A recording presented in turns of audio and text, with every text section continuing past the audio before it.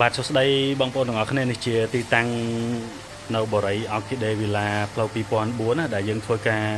ចោះមកបញ្ចូលទឹកថ្នាំឡើងវិញណាបាទនេះរុនដែលយើងចោះកន្លងមកណាបាទតាំងពី5ឆ្នាំមុនឥឡូវមកដល់ថ្ងៃនេះថ្ងៃទី5ខែ6ឆ្នាំ2026អញ្ចឹង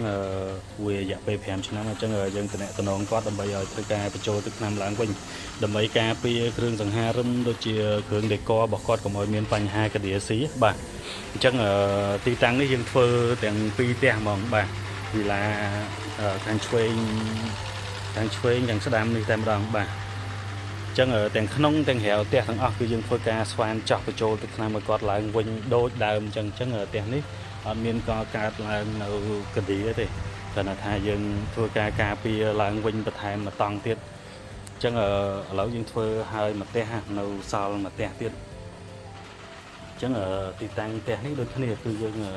ធ្វើការស្វែងចោះទាំងក្នុងទាំងក្រៅតែម្ដងដើម្បីធ្វើការការពារសត្វកាឌីទុកមុនណាចឹងបងប្អូនមានតម្រូវការតាក់ទងការបញ្ចូលទឹកថ្នាំឡើងវិញសម្រាប់ការចោះការ៉ូក៏ដោយសម្រាប់មានផ្ទះមានប្រព័ន្ធនយោក៏ដោយបងប្អូនអាចធ្វើការតំណមកយើងបានបាទសូមអរគុណ